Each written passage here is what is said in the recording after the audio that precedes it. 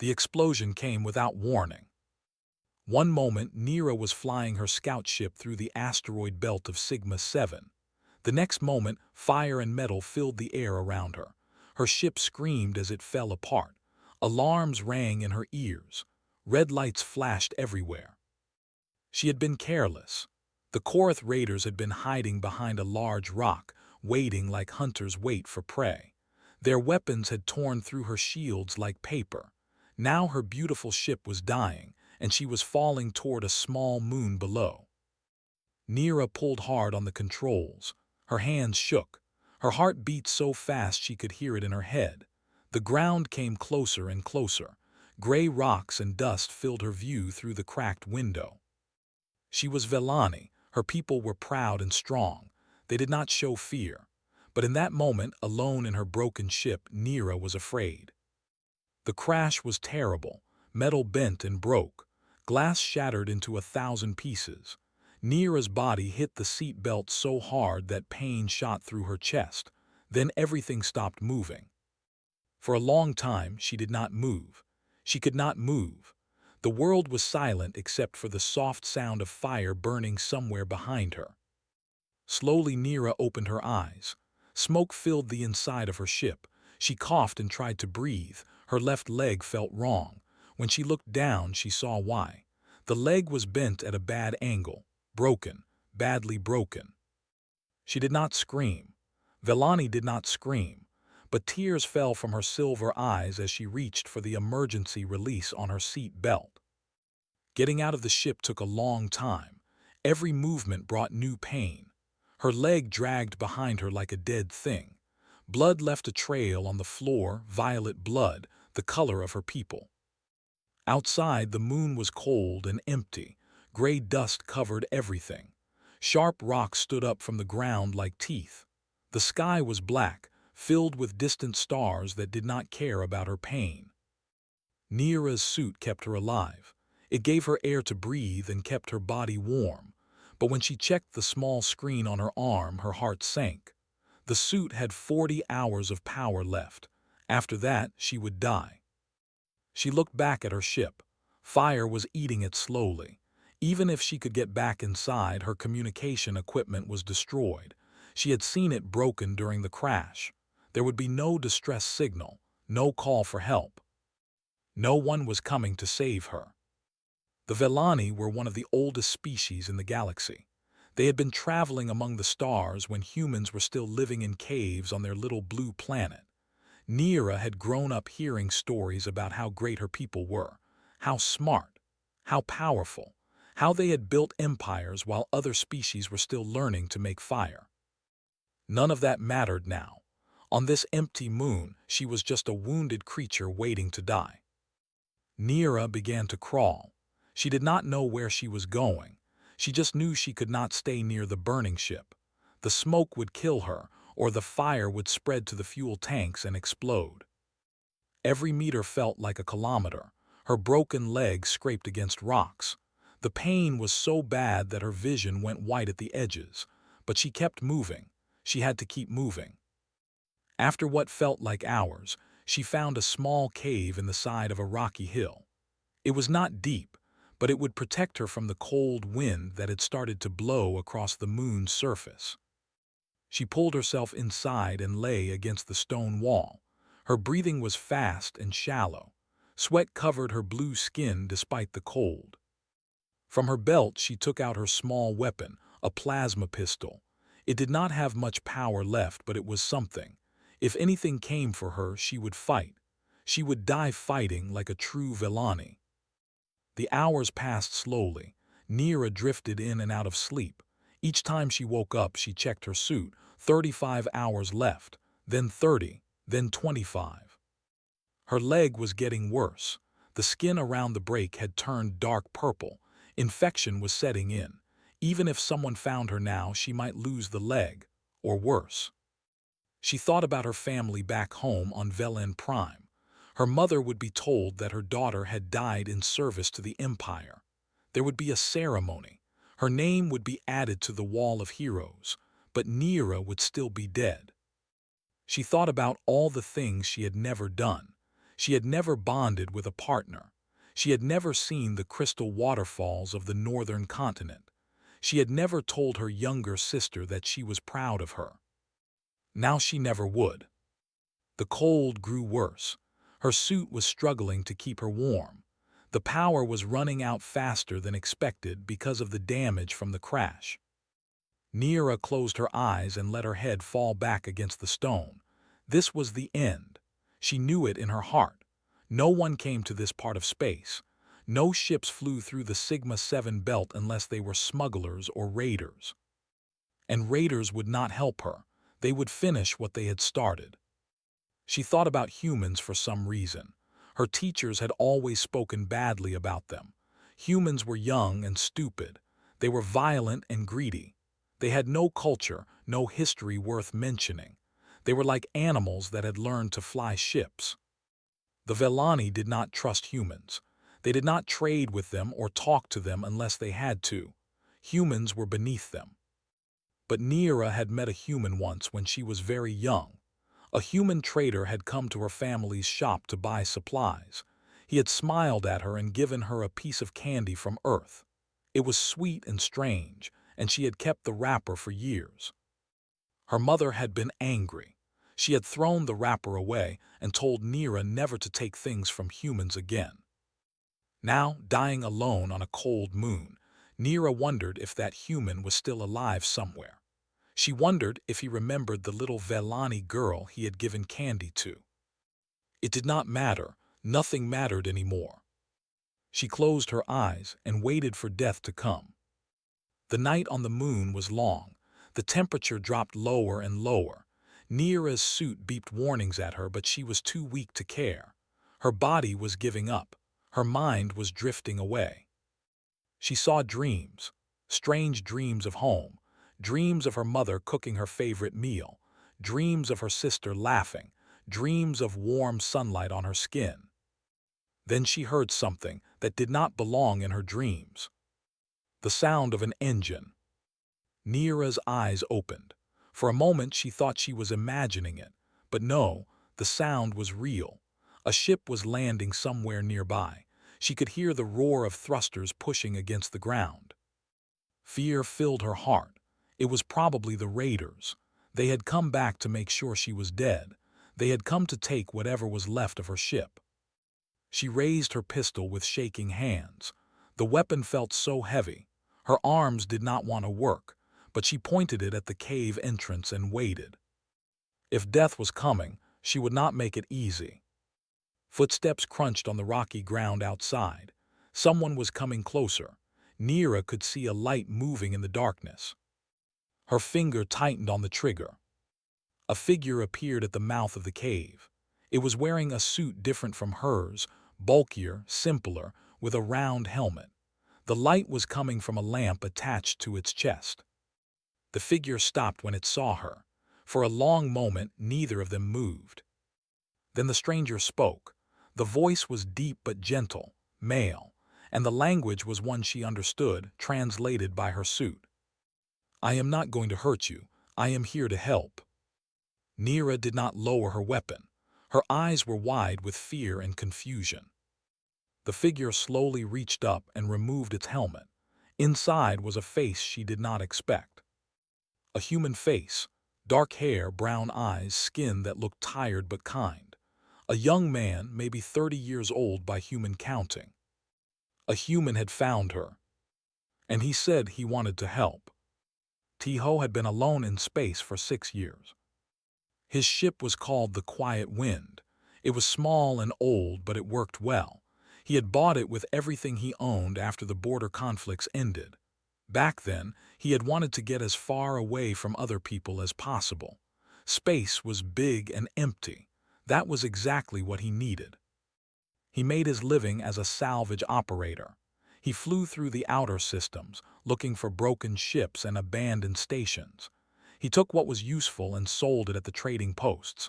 It was not exciting work, but it paid for his food and fuel. Most days he did not see anyone. He woke up, ate breakfast, checked his scanners, and flew through the darkness. He liked the silence. He liked not having to talk to anyone or explain himself. The border conflicts had taken everything from him. His wife, Yuna, his daughter, Salmon. They had been on the colony ship heading to New Korea when the fighting started. One moment they were alive. The next moment they were just names on a list of casualties. Tiho had tried to keep living on Earth after that. He had tried to go back to his normal life, but everything reminded him of them. Their faces were everywhere. Their voices were in every room. So he ran. He ran to the stars where the memories could not follow him. Now, floating in the dark near Sigma 7, his scanner made a sound he had not heard in months.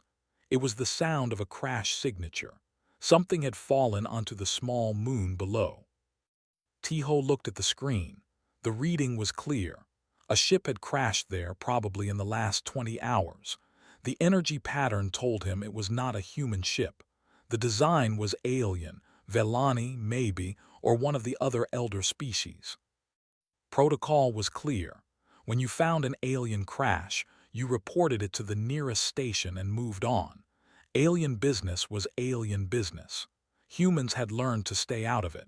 Getting involved with the elder species only brought trouble. Tiho's hand moved toward the communication panel. He would send the report and continue on his way. Someone else could deal with it. But then he stopped. There might be someone down there, someone hurt, someone dying. He thought about Yuna and Salmon. He thought about how they had died alone in the cold of space, with no one coming to help them. The rescue ships had arrived too late. By then, there was nothing left to rescue. Tiho closed his eyes. His heart hurt the way it always hurt when he thought about them. He could not save his family, but maybe he could save whoever was down on that moon. His hand moved away from the communication panel and toward the navigation controls. He set a course for the crash site. The landing was rough. The moon had no proper ground for ships. Rocks and dust made everything difficult, but Tiho was a good pilot. He had landed in worse places. When the engine stopped, he put on his suit and grabbed his equipment. Medical kit, water, food, a heating unit, his pistol just in case. Outside, the moon was dark and cold. His boots crunched on the gray dust. In the distance, he could see the wreckage of a ship. It was still burning in some places, orange flames eating at the twisted metal. Tiho walked toward it slowly. His lamp cut through the darkness. He looked for signs of life, but he saw nothing at first. Then he noticed the blood. It was violet, not red like human blood. It made a trail on the ground leading away from the ship. Someone had survived the crash. Someone had crawled away. Tiho followed the trail. It went for maybe 200 meters, winding between rocks and over small hills. The person who had made this trail was hurt badly. They must have been in terrible pain. The trail ended at a small cave in the side of a rocky hill. Tiho approached carefully. He did not know what he would find inside. The alien could be dead, or they could be dangerous, ready to attack anyone who came near. He stopped at the entrance of the cave and looked inside. His lamp showed him a figure lying against the far wall. It was a female, he thought, though it was hard to tell with alien species. Her skin was pale blue. Her eyes were silver. She was wearing a damaged suit, and one of her legs was bent at a terrible angle. She was also pointing a pistol at his face. Tiho did not move. He looked at her shaking hands, at the fear in her strange silver eyes. She was young, maybe 25 or 30 by human standards, and she was clearly dying. Slowly, very slowly, he raised his hands. Then he reached for his own pistol and pulled it from his belt. He placed it on the ground in front of him. "I am not going to hurt you," he said. His voice was calm and gentle. "I am here to help." The alien did not lower her weapon. She said something in a language he did not understand. His suit tried to translate it. "Get away from me, human." Tiho did not move. "You are hurt. Your leg is broken. You will die if you do not get help." "I would rather die than accept help from a human." The words hit Tiho like a punch. He had heard things like this before. The elder species did not think much of humans. To them, humans were young and stupid, animals who had learned to fly ships, pests spreading across the galaxy. But Tiho did not get angry. He just looked at her calmly. "I understand," he said. "Your people do not like my people, but I am not leaving." "Why?" Her voice cracked, the pistol shook more. "What do you want from me?" Tiho thought about the question. What did he want? He did not want her ship, it was destroyed. He did not want money, she probably had none. He did not want information, he did not care about Vellani politics. "I want to help," he said simply. "That is all." The alien stared at him. Her silver eyes were wide with confusion. She did not understand. Tiho could see it on her face. She had been taught that humans were selfish, that humans only did things for their own benefit. And here was a human saying he wanted nothing in return. "You are lying," she said, but her voice was weaker now. The pistol was dropping. "I am not," Tiho said. He took a slow step forward. "I found your crash, I followed the blood, I came to help, that is the truth." The alien tried to raise her weapon again, but her arms gave out. The pistol fell to the ground. She slumped back against the wall, breathing hard. Tiho moved quickly now. He knelt beside her and opened his medical kit. Her suit told him what species she was, Vellani, just as he had guessed. He did not know much about Vellani medicine, but broken bones were broken bones. Infection was infection. "My name is Tiho," he said as he worked. "What is your name?" She did not answer at first. Her eyes were half closed. Her breathing was shallow. "Nira," she finally whispered. "My name is Nira." "Okay, Nira, I am going to help you. But first I need to stop this infection. Your leg is very bad." "I know," her voice was so weak. "I am dying." "Not today," Tiho said. He pulled out a small device and pressed it against her arm. It was a basic medical scanner, meant for humans, but it would work well enough. "Not if I can help it." Nira watched him with confused eyes as he worked. She did not understand this human. He was supposed to be her enemy. He was supposed to be a savage, but he was gentle. His hands were careful. His voice was soft. Why was he doing this? She wanted to ask, but she was too tired. The fever was making everything blurry. The cave was spinning around her. Tiho saw her losing consciousness. He worked faster. He cleaned the wounds around her broken leg.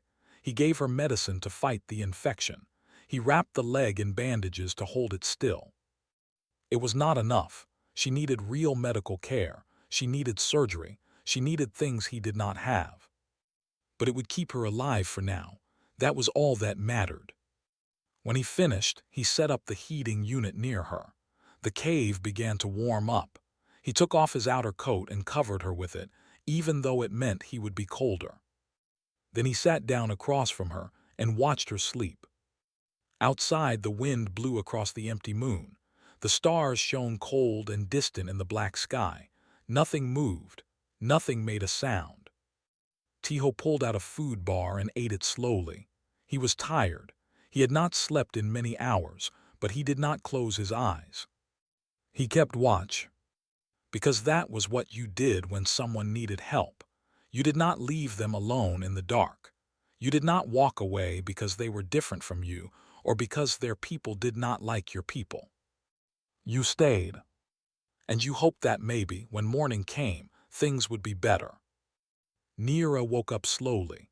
Her mind was foggy and her body felt like it was made of stone. For a moment, she did not know where she was. Then the memories came back, the crash, the cave, the pain. And the human. She opened her eyes and looked around. The cave was warm now. A small heater was glowing near her feet. A coat, a human coat, was covering her body. And across from her, sitting against the opposite wall, was the human called Tiho. He was awake. His brown eyes watched her calmly. In his hands he held a cup of something warm. Steam rose from it into the cold air. "Good morning," he said. His voice was quiet. "How do you feel?" Nira did not answer. She pushed herself up against the wall, wincing at the pain in her leg. It still hurt, but not as badly as before. She looked down and saw that it was wrapped in clean white bandages. He had helped her. While she was sleeping, this human had taken care of her. "Why?" "I made some soup," Tiho said. He held out the cup toward her. "It is human food, but it should be safe for your species. I checked your medical files. Vellani can eat most of what humans eat." Neera stared at the cup. Her stomach was empty. She had not eaten in almost 2 days. The smell of the soup made her mouth water. But she did not take it. "I do not need your help," she said. Her voice was rough and dry. Tiho nodded slowly. "Okay." He set the cup down on a rock between them. "I will leave it here, in case you change your mind." Neera looked away. She did not understand this human. He was supposed to be stupid and selfish. He was supposed to want something from her, but he just sat there asking for nothing, offering everything. It made her angry. It made her confused. "Why are you doing this?" she asked finally. "What do you want?" Tiho was quiet for a moment. He looked at her with those calm brown eyes. "I found someone who was hurt," he said, "so I stopped to help, that is all." "That is not how things work." Neera shook her head. "No one helps strangers for nothing. Everyone wants something." "Maybe humans are different." Neera laughed bitterly. "Humans are not different. My people have watched your kind for centuries. You fight each other. You destroy your own planet. You spread across the galaxy like a disease, taking everything you can find." Tiho did not argue. He did not get angry, he just listened. "You are not wrong," he said finally. "Humans have done terrible things. We have hurt each other. We have hurt other species. We have made many mistakes." He paused and looked down at his hands. "But we have also done good things. We have helped each other. We have built beautiful things. We have loved and cared and sacrificed for others." He looked back at her. "I cannot speak for all humans. I can only speak for myself. And I am here because you needed help. That is the only reason." Neera did not know what to say. She stared at him for a long time. His face was honest. His eyes were tired but kind. He did not look like a liar. But she still did not trust him. She could not. Her whole life she had been told that humans were not to be trusted. That belief was part of her blood, part of her bones. "I will not thank you," she said coldly. Tiho smiled a little. "I did not ask you to." The hours passed slowly. Tiho gave her water and checked her bandages. He changed the dressing on her leg when it needed to be changed. He kept the heater running even though it used fuel from his ship. Neera watched him do all of this. She said nothing. She did not help. She just watched with her silver eyes, trying to understand. At one point, Tiho took out a small device and played music. It was soft and slow, a song with words in a language Neera did not know. A woman was singing about someone she had lost. "What is that?" Neera asked despite herself. "A song from Earth," Tiho said. "From my home country, Korea. It is about missing someone who is gone." "Who do you miss?" Tiho did not answer right away. His face changed, became sad and far away. "My wife," he said quietly, "and my daughter." Neera felt something shift inside her. She had not expected that. "What happened to them?" "They died in the border conflicts 5 years ago. Their ship was attacked. There were no survivors." Neera was quiet. She thought about her own family, back on Velen Prime. She thought about how scared her mother must be right now, not knowing if her daughter was alive or dead. "I am sorry," she said. The words came out before she could stop them. Tiho looked at her with surprise. Then he smiled, a small, sad smile. "Thank you." They sat in silence after that. The music played on. The heater glowed.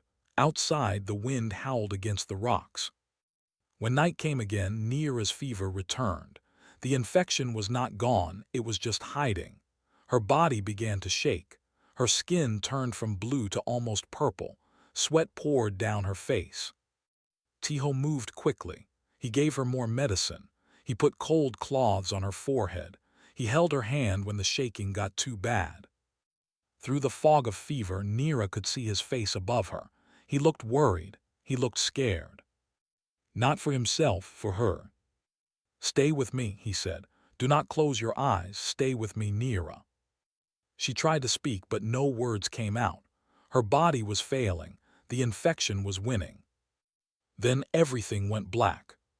When Nira woke up again, she was not in the cave anymore. She was lying on a soft bed in a small room. Metal walls surrounded her. The sound of engines hummed in the distance. She was on a ship. She looked down at her body. Her suit was gone. She was wearing simple human clothes, a shirt and loose pants. Her leg was in a proper splint now, held straight by metal bars.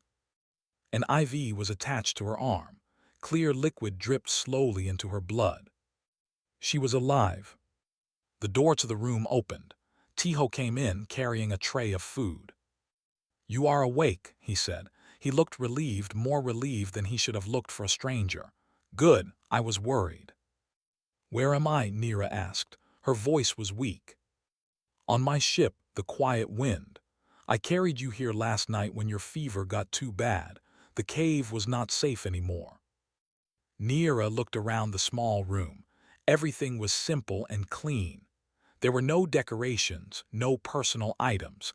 It was the room of someone who lived alone. "How long have I been asleep?" "Almost 12 hours. The medicine is working. The infection is going away." Nira closed her eyes. She felt tired and confused and grateful all at once. This human had saved her life. He had carried her to his ship. He had given her his own bed. "Why?" she whispered. Tiho set down the tray beside her bed. "Because you needed help." "That is not a real answer." He sat down in a chair next to her and thought about it for a moment. "When I was young," he said, "my grandmother used to tell me a story. She said that long ago humans were alone on Earth. We had no one to help us. No elder species came down from the stars to teach us things. We had to learn everything by ourselves." He looked at her. "But we survived, and we got better. Not because we were the strongest or the smartest, but because we learned to help each other. When one person was hurt, others would come. When one village was in trouble, other villages would send food and medicine." He smiled a little. "My grandmother said that helping others is what makes us human. It is our greatest gift. Not our technology, not our ships, not our weapons. Just the simple act of seeing someone in pain and choosing to help." Nira stared at him. She did not know what to say. "You could have left me to die," she said finally. "No one would have known. No one would have blamed you." "I would have known," Tiho said, "and I would have blamed myself." He stood up and walked toward the door. "Rest now. We are 3 days away from the nearest neutral station. When we get there, you can contact your people." He stopped at the door and looked back at her. "And Nira, I do not expect you to thank me. I do not expect you to change your mind about humans. I just want you to live. That is enough for me." Then he was gone. Nira lay in the bed, staring at the ceiling. Her whole world had been turned upside down. Everything she believed about humans, everything she had been taught, it was all shaking. She thought about Tiho's grandmother. She thought about the story of humans helping each other through the dark times. Maybe she had been wrong about them. Maybe everyone had been wrong. The quiet wind moved slowly through the darkness of space. Nira spent most of the first day in bed, sleeping and healing. But by the second day, she was strong enough to sit up. By the third morning, she could walk slowly with pain, but she could walk. Tiho had given her a simple cane made from a metal pipe. It was ugly, but it worked. "I will make you a better one when we reach the station," he said. "This is just temporary." Nira nodded. She was learning not to argue with him. When Tiho said he would do something, he did it. There was no point in telling him not to. She walked slowly through the ship, looking at everything. The quiet wind was small, just a cockpit, a living area, a tiny kitchen, and one bedroom. Everything was old and worn but clean. Tiho took care of his ship the way he took care of everything else. In the living area, she found a small table with photographs on it. She leaned closer to look at them. One photograph showed a young woman with long black hair and a bright smile. She was standing in front of a lake, wearing a white dress. Her eyes were full of joy. Another photograph showed a little girl, maybe 5 or 6 years old. She was sitting on a swing, laughing. Her face looked like a mix of Tiho and the young woman. His wife and daughter, Yuna and Saman. Neera stared at the photographs for a long time. She tried to imagine what it must have been like for Tiho, to lose them both at once, to be left alone in the universe with nothing but memories. She heard footsteps behind her. Tiho walked in, carrying 2 cups of tea. They were beautiful, Neera said quietly. Tiho looked at the photographs. His face was calm, but his eyes were full of old pain. Yes, he said, they were. He handed her one of the cups and sat down on a worn couch. Yuna was a teacher, he said. She taught children how to read. She loved books more than anything in the world. Our house was full of them. Neera sat down slowly, careful of her leg. And your daughter? Saman was 6 years old when she died. She wanted to be a pilot like her father. Tiho smiled a little. She used to sit in my lap and pretend to fly the ship. She would make all the sounds with her mouth, whoosh, whoosh. He made the sound, and for a moment Neera could see him as he must have been then. A father playing with his daughter, a man who had everything. I am sorry, Neera said again. I did not know humans could love so deeply. Tiho looked at her. Why would you think that? My people always said that humans were cold, that you could not form real bonds with each other, that you only cared about yourselves. Tiho laughed softly. It was not a happy laugh. Is that what they teach on Velen Prime? Yes, Neera felt shame for the first time. We are taught that humans are lesser, that you are not truly intelligent, that you feel things but not the way we feel things. And what do you think now? Neera was quiet. She looked at the photographs again, at Yuna's bright smile, at little Saman on her swing. I think we were wrong, she said finally. They sat together in silence for a while. The ship hummed around them. Stars moved slowly past the windows. Can I ask you something? Neera said. Of course. After they died, why did you keep living? Why did you not give up?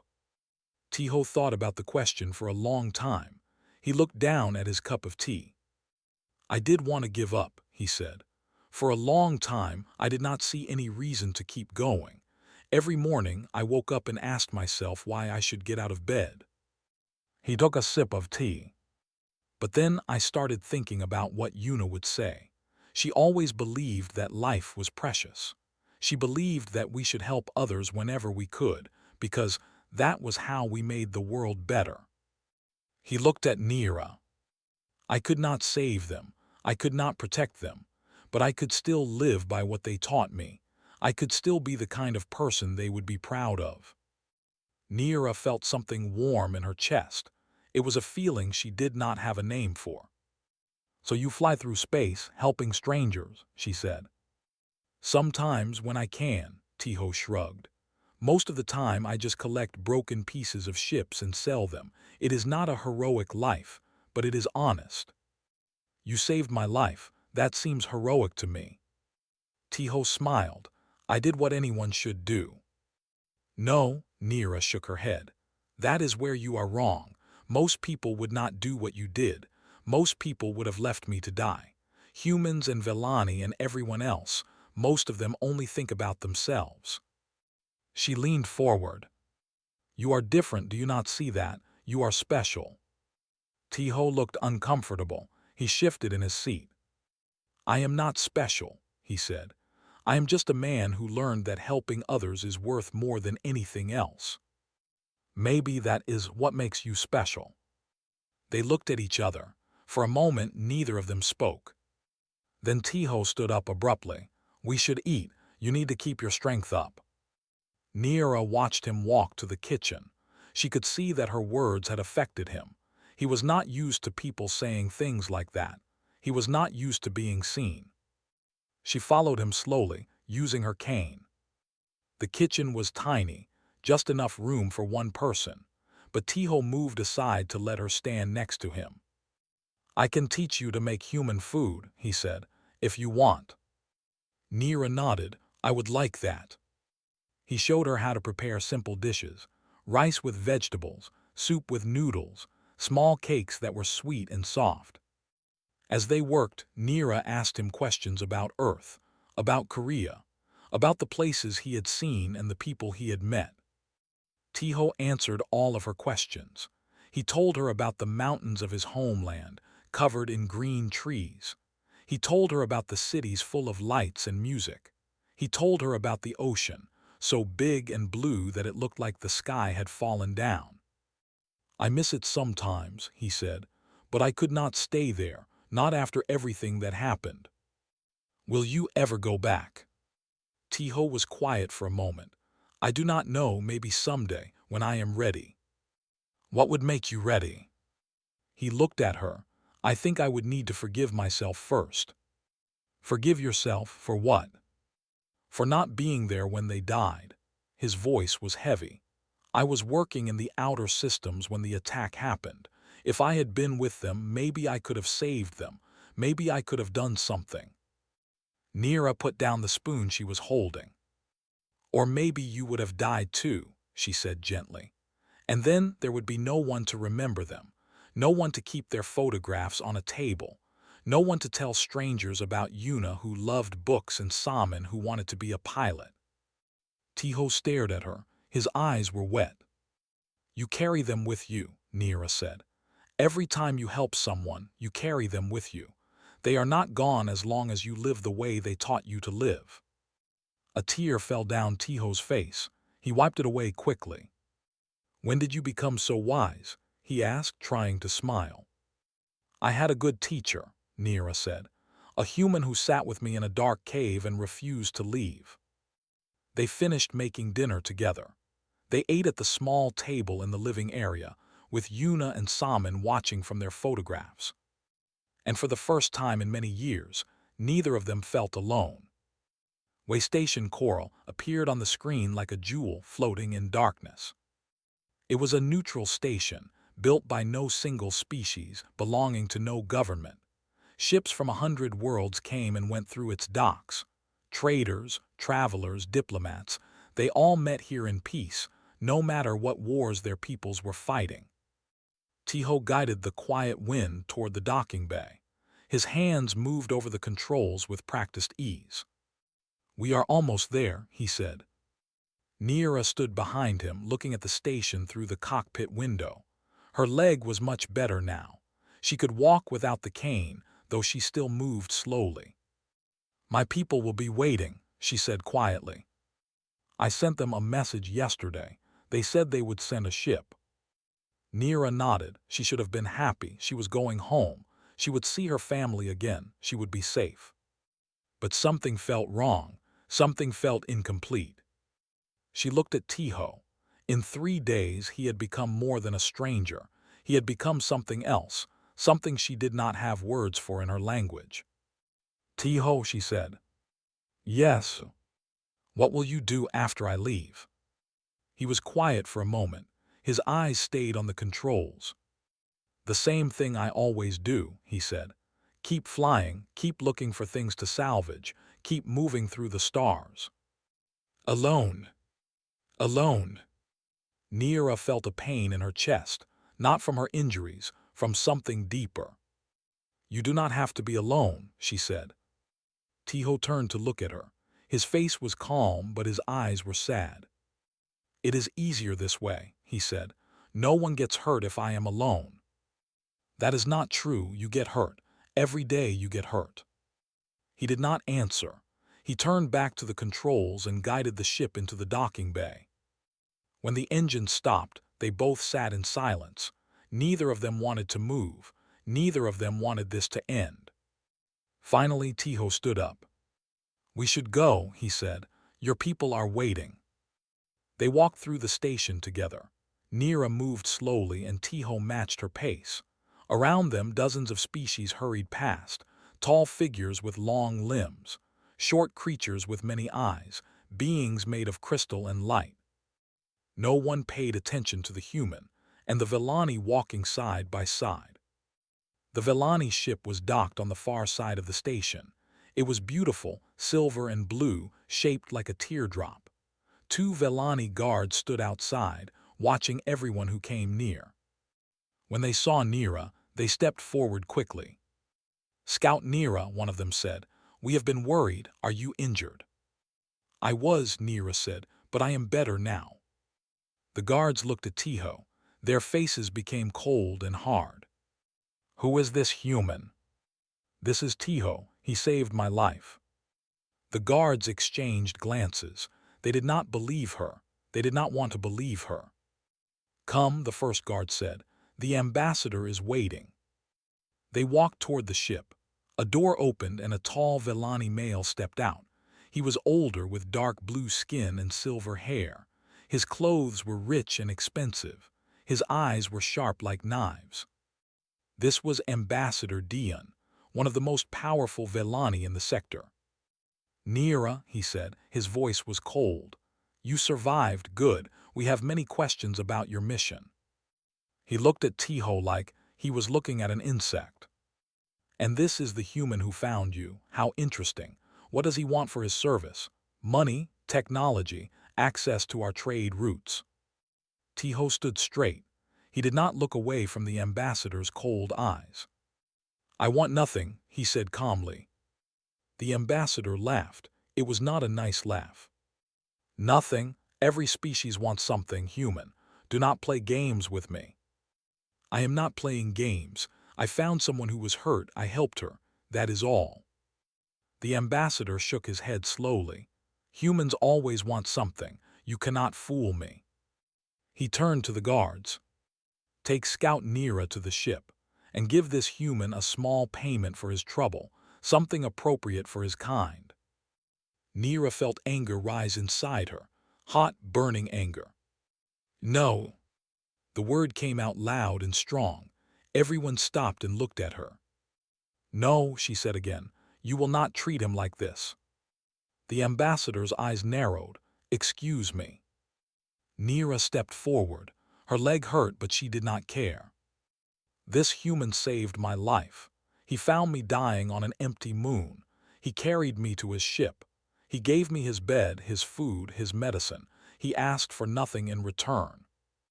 She looked at the guards, at the ambassador, at everyone watching. "My people teach that humans are lesser, that they are animals, that they cannot feel love or compassion the way we do. I believed this my whole life." She pointed at Tiho. "I was wrong. This man showed me more kindness in 3 days than I have seen from my own people in 30 years. He sat with me in the dark when I was dying. He held my hand when the fever took me. He told me stories about his wife and daughter to keep me from giving up." Tears were falling down her face now, but she did not stop. "Humans are not lesser than us. They are not animals. They are something else entirely, something we cannot understand because we have forgotten how to feel." She looked at the ambassador directly. "He wanted nothing from me, but I am going to give him something anyway. I am going to make sure that every Vellani knows what happened here. I am going to make sure that his story is told." The ambassador's face was dark with anger. "You forget your place, Scout." "No, for the first time in my life, I know exactly where my place is." She turned to Tiho. He was staring at her with surprise on his face. "Thank you," she said, "for everything." She stepped forward and did something that no Vellani had ever done to a human before. She took his hand and pressed it to her forehead, the deepest sign of respect in her culture. "My people will remember this," she whispered. "I will make sure of it." Tiho's eyes were wet. He squeezed her hand gently. "That is more than I ever expected," he said, "more than I ever wanted." Nira smiled. "I know, that is why you deserve it." The guards did not try to stop her. The ambassador watched in silence, his face unreadable. Nira walked toward the Vellani ship. At the door, she stopped and looked back. Tiho was still standing there, watching her. A small smile was on his face. She raised her hand in farewell. He raised his hand in return. Then she was gone, the door closing behind her. Tiho stood in the docking bay for a long time. Around him, the station continued its busy life. Ships came and went. People hurried past. But he did not move. Finally, he turned and walked back toward the quiet wind. His ship was waiting for him, small and old and faithful. He climbed inside and sat down in the pilot's seat. The controls lit up under his hands. For a moment, he just sat there, thinking about everything that had happened, thinking about Nira and her silver eyes, thinking about Yuna and Saman and the life he had lost. Then he smiled. It was a real smile, the first real smile he had felt in years. He had not saved his family, he could not change the past, but maybe he could change the future. Maybe, one act of kindness at a time, he could make the galaxy a little better. Yuna would have been proud of him. Saman would have been proud of him. That was enough. He started the engines and guided the quiet wind out of the docking bay. The station grew smaller behind him. The stars opened up ahead. Somewhere out there, Nira was telling her story. Somewhere out there, a few more people were learning that humans were not what they thought. It was a small thing, a tiny thing in a galaxy full of war and hate.